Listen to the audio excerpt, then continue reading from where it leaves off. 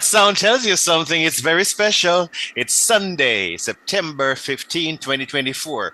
What you didn't know, but yes, you know now, we are doing this at 2 o'clock today. Well, we did give you the notices online and, of course, directly from the CCRP. Welcome to the update. And the CCRP was created to empower, celebrate, and protect Jamaica seniors. They offer many benefits. Visit our website, ccrponline.org. CCRP Update is brought to you by J&GI Silver Shield, the best choice for auto and property insurance exclusively for CCRP members. Contact Gallagher Insurance Brokers or J&GI for best value and a boatload of benefits. In today's CCRP update, we mark the 134th anniversary of the birth of Jamaican-American writer and poet Claude McKay. And CCRP's founder and chairperson, Mrs. Jean Lowry Chin, will be here to speak with us about his life and work. But first, today's announcements.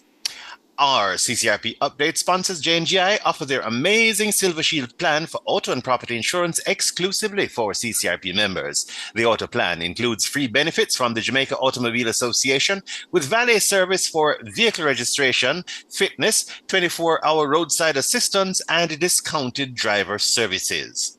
There are other benefits to CCRP membership. There are 2 health insurance plans for members, both underwritten by Sagicor. Members enjoy excursions to scenic spots in our beautiful island, as well as socials and other events, and they're offered discounts at over 100 CCRP discount partners. We invite Jamaican residents aged 40 and over to join us and to enjoy life to the fullest. Please check our website, ccrponline.org, for more information. On next week's program, we'll hear about the work of the Violence Prevention Alliance. We'll be observing International Day of Peace on September 21. And so that's a reflective on September 22. Our guest speaker will be the very erudite and amazing Dr. Elizabeth Ward, was a national treasure. She's the chair of the Alliance. And now to the core of your update today. Like we just said, we observe the 134th anniversary of the birth of Jamaican-American writer and poet Claude McKay. He was born in the parish of Clarendon, right here on the Rock, and became part of the Renaissance in Harlem. Remember this in school? If we must die, let us not be like hogs, hunted and penned in an inglorious spot, while round us bark the mad and hungry dogs, making their mock at our accursed lot. If we must die, let us nobly die, so that our precious blood may not be shed in vain. Then even the monsters we defy shall be constrained to honor us, though dead. O kinsmen, we must meet the common foe. Though far outnumbered, let us show us brave, and for their 1,000 blows deal one death blow. What though before us lies the open grave? Like men we'll face the murderous, cowardly pack, pressed to the wall, dying, but fighting back. Wow. Amazing words. 134 years ago, he was born, and still relevant and amazing. Madam Founder and Chairperson Jean Lowry Chin, welcome. You always get involved with the most amazing things, and you're going to tell us a little bit about Claude McKay's literature and his legacy. Of course, we might have mentioned it draws upon your master's thesis, the evolution of the Black female character in Claude McKay's novels. Welcome, Madam Chair. Thank you so much, Jerry, and that was so powerfully read. Thank you. It have my heartstring from a long time. It's amazing. You know what? I don't know if you were able to tune it at the top, but we found a recording of Claude McKay himself reading the poem and talking about how it affected some black guy in the UK in the war. Yes. Yes, I'll send you the recordings so you'll have it.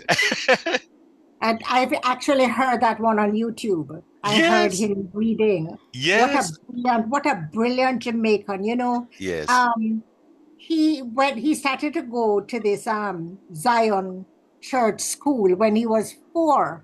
Wow. And from then he had such a thirst for knowledge. He said they learned history and geography, and that just opened his mind to the world. That is in his book, My Green Hills of Jamaica. Yes. And then when he was 6, his brother, who was a brilliant teacher, Hugh Theo, and his wife took him to live with them in St. James. Mm, And so, according to his father, he wanted him to grow up as a gentleman. So mhm. this little barefoot boy in Sunnyvale, Clarendon, suddenly he had to go get fitted for shoes and learn all the gentlemanly ways.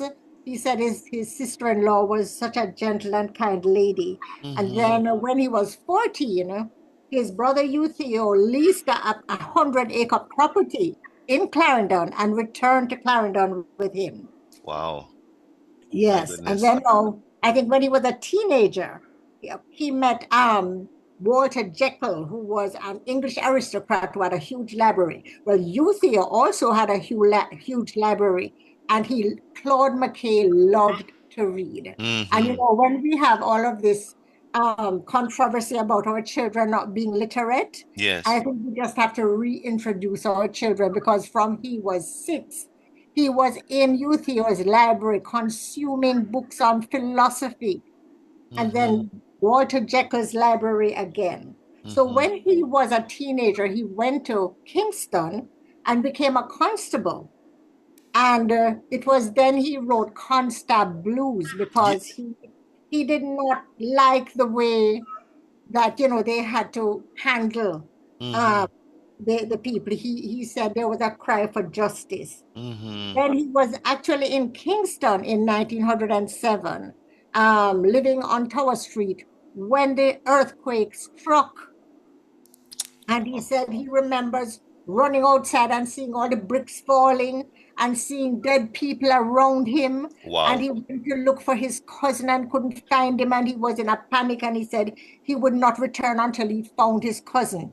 Finally, they met each other at Victoria Park and they had to use a dray to travel back to Clarendon. Wow. And he said it was the first time his father, who was not very demonstrative, hugged him and cried Mhm. because they were so relieved to know that he had survived. Mm.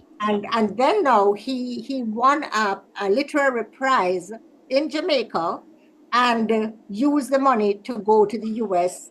Started out as at Tuskegee learning agriculture, I guess because his brother and his father were involved in agriculture. But he said the rigors didn't suit him. Then he went to Mhm. Kansas University, Mhm. University of Kansas, Yes. stayed there for a while, and then went to New York.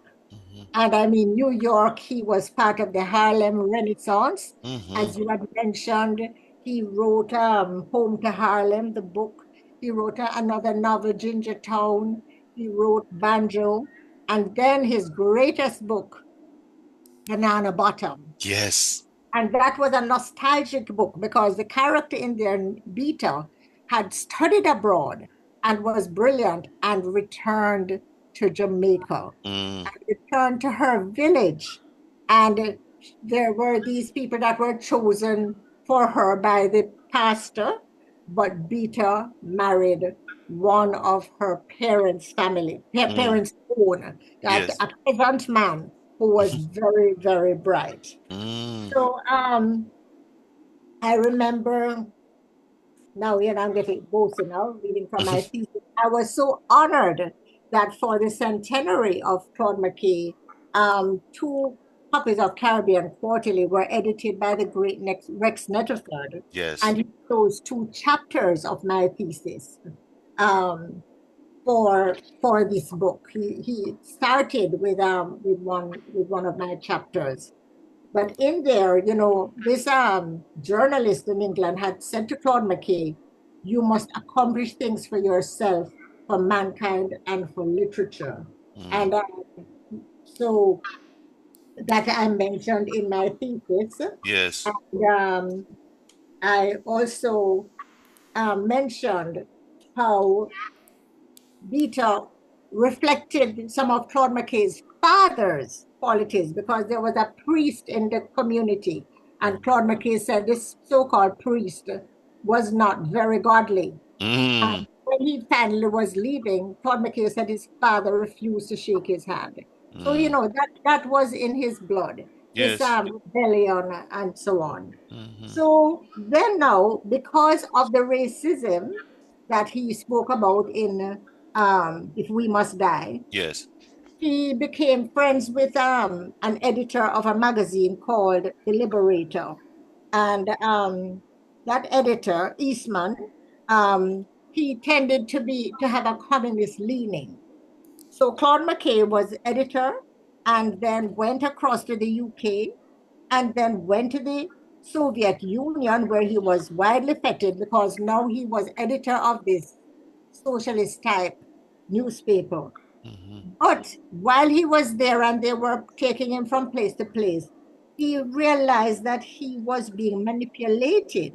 Mm-hmm. And he saw that the Soviet regime was authoritarian. Mm-hmm. And so he eventually rejected it. He traveled in Paris, he traveled at Marseille in Paris, Barcelona in Spain, and to Morocco. And when he was in Morocco, and he related this in his autobiography, A Long Way from Home, he discovered this great poet called Antar. And he was saying that this poet was from the ninth century. And he said, I have never heard of an Arab described whom I should like. He was quoting a great student. Um, and he said he had never seen a poet like Antar. And so he quoted a line from Antar to show you how aware he was of his blackness. He Mm. said, my mother is Zabida. This is in the ninth century, you know. Wow. Mother is Zabida. I disavow her, not her name, and I am Antar, but I am not vainglorious. Her dark complexion sparkles like a saber in the shades of night, and Mm. her shape is like the well-formed spear. And he says to me, these verses have are more modern and full of meaning for a Negro than is Homer.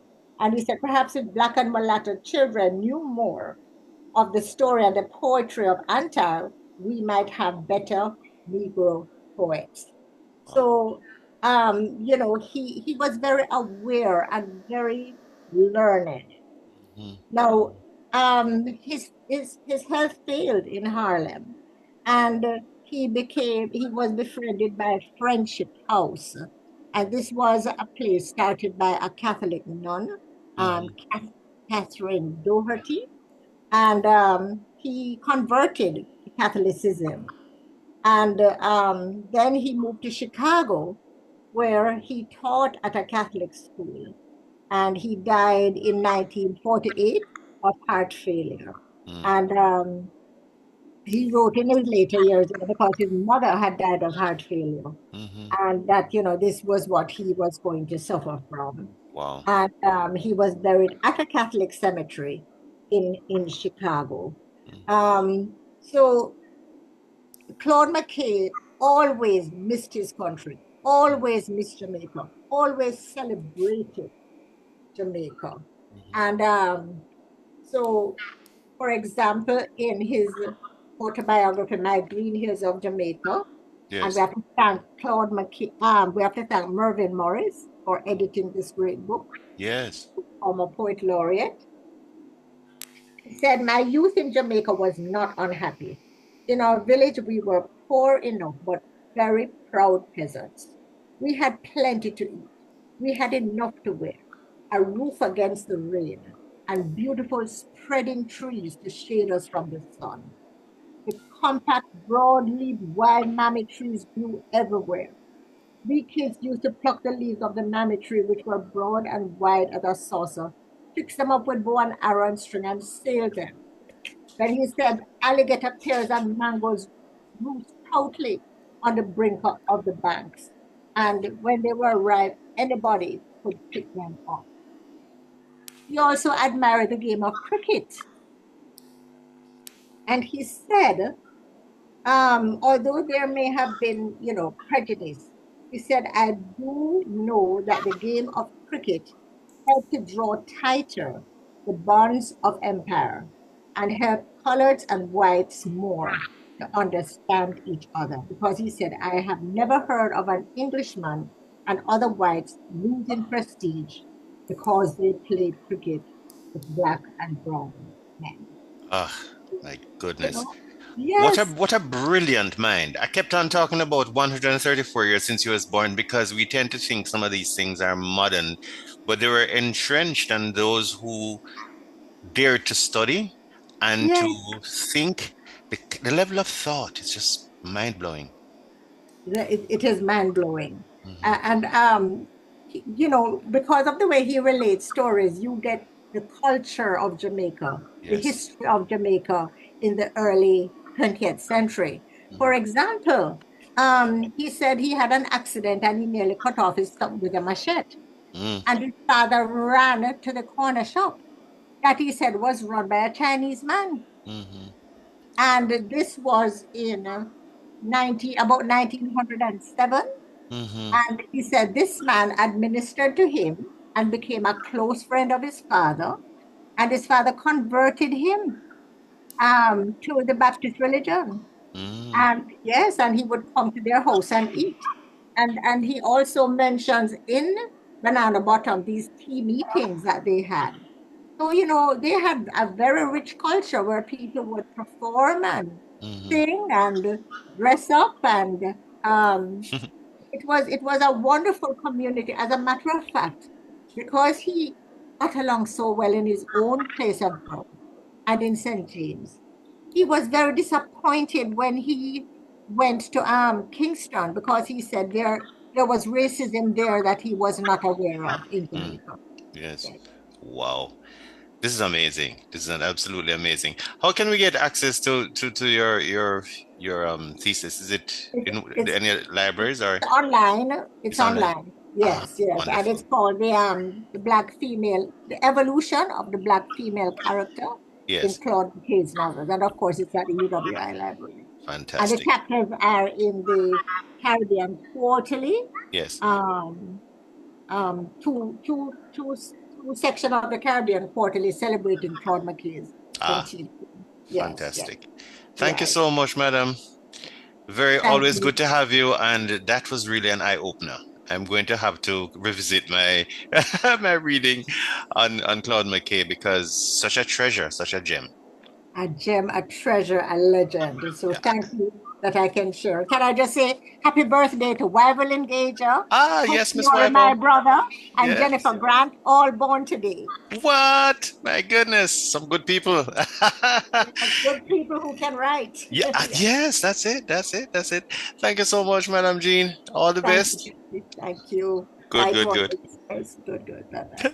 And that's the update for today. Thanks again to our own CCRP founder and chairperson, Mrs. Jean Laurie Chin.